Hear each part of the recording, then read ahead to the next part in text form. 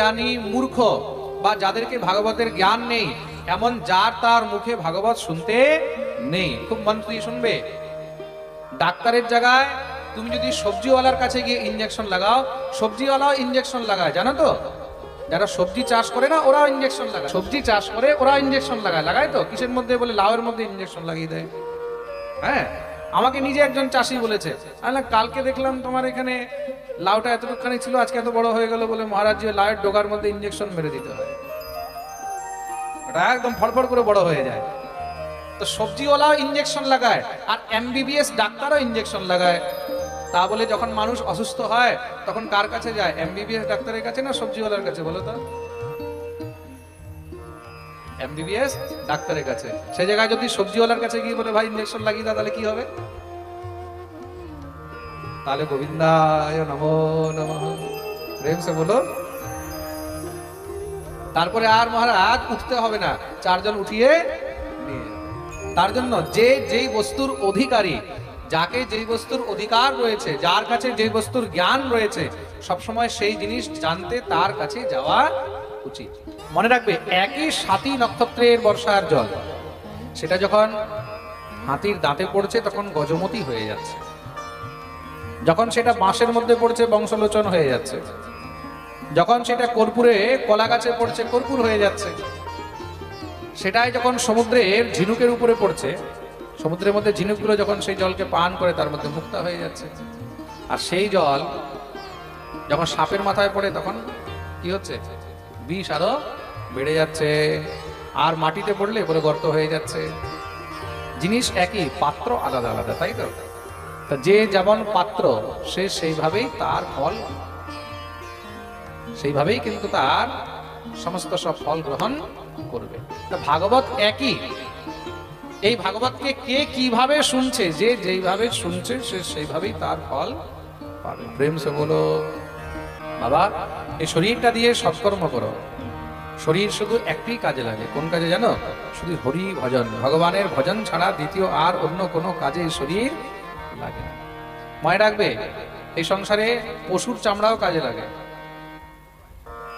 পশুর চামড়াও কাজে লাগে, হাতির দাঁত কাজে লাগে, বাঘের চামড়া কাজে লাগে, ভেড়ার চামড়া কাজে লাগে, গরুর চামড়া কাজে লাগে, কিন্তু মানুষের চামড়া একদিন মহারাজ হবে, 2 দিন 3 দিন পরে থেকে এবার দুর্গন্ধ শুরু হয়ে যাবে, পোকা ধরে যাবে, গলে যাবে, পচে যাবে, কোনো কাজে। তার জন্য মনে রাখবে, এই মনুষ্য শরীর শুধু একটি কাজে লাগে, আর সেটা হলো হরি ভজন। যতদিন পর্যন্ত দেহ আছে ততদিন পর্যন্ত হরি ভজন। মনে রাখবে, সন্তান যদি সুপুত্র হয় বা সুপুত্রী হয় তাহলে তো খুব ভালো। আর সন্তান যদি কুপুত্র হয় বা কুপুত্রী হয়, মা বাবার মুখে যদি চুনকালি লাগিয়ে দেয়, তখন তার থেকে বড় দুঃখ এই সংসারে আর কিছু নেই। প্রেম সে বলো। যেখানে মানুষ ভক্তি, জ্ঞান আর বৈরাগ্যকে বাদ দিয়ে অর্থকে বেশি সঞ্চয় করে, সেখানে কি হয়? ভক্তি, জ্ঞান, বৈরাগ্য এরা শিথিল হয়ে যায়, বৃদ্ধ হয়ে যায়, জরাগ্রস্ত হয়ে যায়। ভগবানের 3টি স্বরূপ কি কি? সৎ, চিৎ আর আনন্দ। সৎ শব্দের অর্থ কি? সৎ মানে হলো সত্য। সৎ শব্দের অর্থ সত্য। তো ভগবানের প্রথম স্বরূপ হলো সত্য। সত্য কি? সত্য শব্দের অর্থ কি? যদি কেউ আপনাকে জিজ্ঞাসা করে যে সত্য মানে কি, তা সত্যের অর্থ কি? What is the definition of true? সত্যের অর্থ তখন কি করে বলবেন? সত্যের শুধু একটি অর্থ রয়েছে, সবাই মন দিয়ে শুনবে। বলে যেটা নিত্য সেটাই হলো সত্য। সত্য কখনো পরিবর্তন হয় না। সত্য হলো চিরস্থায়ী। যেমন কাল ছিল তেমন আজ আছে, আর তেমন আগামী কালও থাকবে। যেমন 1000 বছর আগে ছিল তেমনই আজ আছে, আর 1000 বছর পরেও তেমনই থাকবে।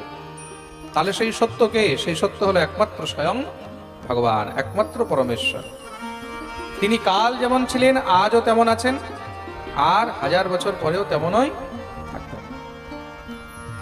সত্য কখনো পরিবর্তন হয় না, আর যেটা পরিবর্তন হয়ে যায় সেটাই হলো অসত্য। তার জন্যই জগৎগুরু শঙ্করাচার্য বলেছেন, ব্রহ্ম সত্যম জগন মিথ্যা জীব ব্রহ্মৈব নাপর। একমাত্র ব্রহ্ম সত্য, একোহম ব্রহ্ম দ্বিতীয় নাস্তি। একমাত্র ঈশ্বরই সত্য, বাকি সব অসত্য। কেন? বাকি জগতের মধ্যে যা কালকে ছিল তা আজকে তেমন নেই, আর আগামী কালও তেমন থাকবে কিনা তার কোনো গ্যারান্টি। একমাত্র ধর্মই হলো সত্য, আর সত্যই হলো ধর্ম।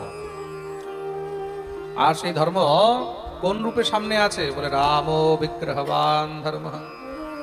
স্বয়ং রাম হলেন বিগ্রহবান ধর্ম। বলে ধর্মকে কেউ দেখেছে? হ্যাঁ, ধর্মকে কেউ দেখেছে? বলে যদি ধর্মকে দেখতে হয় তাহলে সাক্ষাৎ শ্রীরামকে দেখুন। যদি ধর্মকে দেখতে হয় তাহলে একমাত্র সাক্ষাৎ শ্রীকৃষ্ণকে দেখুন। প্রত্যেক মাতা পিতার মনে একটি শুধু সবসময় আকাঙ্ক্ষা থাকে, ইচ্ছা থাকে, বাচ্চার জন্ম হবে, তাকে নিয়ে আমরা আনন্দ করব, খেলাধুলা করব, তাই তো? কিন্তু বাচ্চা যদি জন্ম নিয়ে দৌড়াতে লাগে তখন মা বাবার কি অবস্থা হবে? বলে বাচ্চা জন্ম নিয়ে দৌড়াতে পারে, তবে যদি ভগবানের কৃপা হয় তাহলে জন্ম নিয়ে সাঁতারও কাটতে পারে, জন্ম নিয়ে দৌড়াতেও পারে, জন্ম নিয়ে লাফাতেও পারে। মাছের বাচ্চা হয় না, তো মাছের বাচ্চা জন্ম নিয়ে সাঁতার কাটতে পারে কিনা বলো? হ্যাঁ, সঙ্গে সঙ্গে সাঁতার কাটে। কেন? ভগবান তাদেরকে সেই কৃপা করে রেখেছেন। হরিণের বাচ্চা যখন জন্ম নেয়, জন্ম নিয়ে হরিণের বাচ্চা চলতে লেগে যায়, দৌড়াতে লেগে যায়, তাই তো? কেন? ভগবান তাকে সেই কৃপা করে রেখেছেন। তার কৃপা যদি হয় তাহলে ল্যাংড়াও দৌড়াতে পারে, তার কৃপা হলে অন্ধ দেখতে পারে, তার কৃপা হলে বোবাও কথা বলতে পারে। মূকং করোতি বাচালম পঙ্গুম লঙ্ঘয়তে গিরিম যৎকৃপাতমহং বন্দে পরমানন্দ মাধবম। তার জন্য এই সংসারের মধ্যে তার কৃপাই হলো সর্বশ্রেষ্ঠ। তার কৃপার উপরে আর দ্বিতীয় কিছু নেই। একবার যদি তার কৃপা হয়ে যায়, তার কৃপা হয়ে গেলে আর সংসারে কোনো বস্তুর দরকার হয় না। আনন্দ হলো ক্ষণভঙ্গুর, এগুলোর কোনো দাম নেই। তাহলে আনন্দ কোথায়? মনে রাখবে, আনন্দ তো একমাত্র শুধু রাধা গোবিন্দের শ্রী চরণেই রয়েছে। হাজার হাজার লাখ লাখ লোকের ভিড়ের মধ্যেও তুমি যখন রাধা গোবিন্দের চরণে গিয়ে বসবে, যখন তুমি ঠাকুরের শরণাগতি নিয়ে বসবে, তখনই তুমি বাস্তব বস্তুতঃ প্রত্যক্ষ আনন্দ প্রাপ্ত করবে। কেন? ভগবানের চরণ ছাড়া এই সংসারে আনন্দ দ্বিতীয় আর অন্য কোথাও নেই। তার জন্যই ভগবানকে আনন্দ বলা হয়েছে। মনে রাখবে, এই সংসারের মধ্যে সম্বন্ধ হলো দেহের সম্বন্ধ। যতক্ষণ পর্যন্ত দেহ আছে ততক্ষণ সম্বন্ধ আছে, দেহ শেষ সম্বন্ধ শেষ। কালকে যদি যাকে আমরা পুত্র পুত্র পুত্র পুত্র বলছি, সেই পুত্রের মৃত্যু হয়ে যায়, আর পুত্র যদি সর্প হয়ে সাপ হয়ে ঘরের মধ্যে ঢুকে, তখন কি তাকে আদর করবে বলো? তখন তাকে ডান্ডা দিয়ে মহারাজ মেরে কোমর ভেঙে দেবে। যাকে আমরা কালকে মহারাজ স্বামী স্বামী স্বামী স্বামী বলছি, পিতা বলছি, মাতা বলছি, কালকে যদি কোনো কারণে দেহত্যাগের পরে সে কোনো জীব জন্তু হয়ে ঘরের মধ্যে ঢুকে, তখন আমরা তাকে আর সহ্য করতে পারবো না। মনে রাখবে, আত্মার কোনো সম্বন্ধ নেই, আত্মা হলো নির্বিকার। ভগবান এই তিন প্রকারে এই জগৎকে চালাচ্ছেন, সৃষ্টি, স্থিতি আর বিনাশ। আর শুধু তাই নয়, নিজের ভক্তদের উপরেও তিন প্রকারেই কৃপা করেন। কিভাবে? বলে তাপত্রয় বিনাশায়, প্রত্যেকটি জীবের ত্রিতাপ জ্বালা তিনি নাশ করেন। এই সংসারে আমরা সবাই কিন্তু ত্রিতাপ জ্বালায় জ্বলছি। এখানে আপনিও ত্রিতাপ জ্বালায় জ্বলছেন, আমিও ত্রিতাপ জ্বালায় জ্বলছি। এমন কেউ নেই যে ত্রিতাপ জ্বালা থেকে মুক্ত আছে। ত্রিতাপ জ্বালা কি? ত্রিতাপ জ্বালা হলো দৈহিক, দৈবিক আর ভৌতিক। এই সংসারে আমরা সবাই দৈহিক জ্বালা ভোগ করছি। এই শরীর দিয়ে, দেহ দিয়ে আমরা কিছু না কিছু কষ্ট ভোগ করেই চলেছি তো। হ্যাঁ, কেউ চোখের সমস্যা, কেউ নাকের সমস্যা, কেউ কানের সমস্যা, কেউ গলার সমস্যা, কেউ কোমরের সমস্যা, কেউ হাঁটুর সমস্যা, কেউ পায়ের সমস্যা, তাই তো? কেউ পেটের সমস্যা, কেউ লিভারের সমস্যা, কেউ কিডনির সমস্যা, কেউ হার্টের সমস্যা। সবাই কিছু না কিছু সমস্যা নিয়েই বসে আছে। সংসারে কেউ বলতে পারবে বলে আমার শরীরে কোনো সমস্যা নেই? কেউ পারবে না। এই সংসারে আমরা সবাই দৈহিক কষ্ট ভোগ করেই চলেছি। এটাকে দৈহিক তাপ বলা হয়। কি বলা হয়? দৈহিক তাপ। আর দ্বিতীয় হলো দৈবিক। দৈবিক মানে দেবতাদের দ্বারা প্রদত্ত যেই তাপ।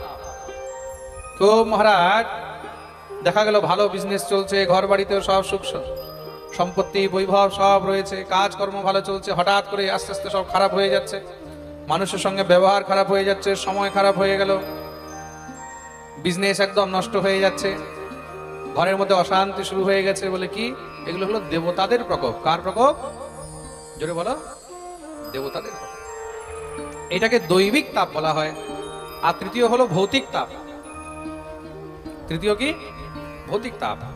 এই চরাচর ভৌতিক জগৎ থেকে আমরা আজ এই কষ্ট ভোগ করি। কখনো অতিবৃষ্টি, কখনো অনাবৃষ্টি, কখনো মহামারী, কখনো দুর্ভিক্ষ, অকাল, কখনো মহারাজ বন্যা চলে আসছে। এগুলো সব ভৌতিক কষ্ট। এগুলো কিছু না কিছু সবসময় আমাদের জীবনে লেগেই রয়েছে। কিন্তু বলে এই তিনটা থেকেও কেউ বাঁচতে পারে? বলে হ্যাঁ, যার উপরে একমাত্র সেই পরব্রহ্মের কৃপা রয়েছে, সেই কিন্তু এই ত্রিতাপ জ্বালা থেকে অনেক সহজে বেরিয়ে যেতে পারে, অনেক সহজে মুক্ত হতে পারে। দেখুন, জীবনে কষ্ট আসবে, জীবনে দুঃখ আসবে। কেউ যদি ভাবে যে জীবনে কষ্ট আসবে না, জীবনে দুঃখ আসবে না, এটা কখনোই সম্ভব নয়। রাত্রির গমিষ্যতি ভবিষ্যতি সুপ্রভাতম। রাত আছে মানে দিনও আসবে, দিন আছে মানে রাতও আসবে। জীবনে সুখ আছে মানে দুঃখ আসবে, দুঃখ আছে মানে সুখও আসবে। সব কিছুই পরিবর্তনশীল। এই সংসারের মধ্যে স্থায়ী কিন্তু কিচ্ছু নেই। স্থায়ী না দুঃখ আছে, না স্থায়ী সুখ আছে, দুটোই পরিবর্তন হয়। তার জন্য মনে রাখবে, জীবনের দুঃখ কষ্ট থেকেও সেই জীব সহজে বেরিয়ে যায় যার উপরে ভগবানের কৃপা রয়েছে। তাহলে সেই ভগবান কে? ভগবানের নাম কি? তার শ্লোকের অন্তে শেষে সেই নাম নেওয়া হয়েছে। বলে শ্রীকৃষ্ণায় বয়ম নমঃ। তিনি অন্য কেউ নন, তিনি হলেন স্বয়ং ভগবান শ্রীকৃষ্ণ। বলিয়ে কৃষ্ণ কन्हैया लाल की जय।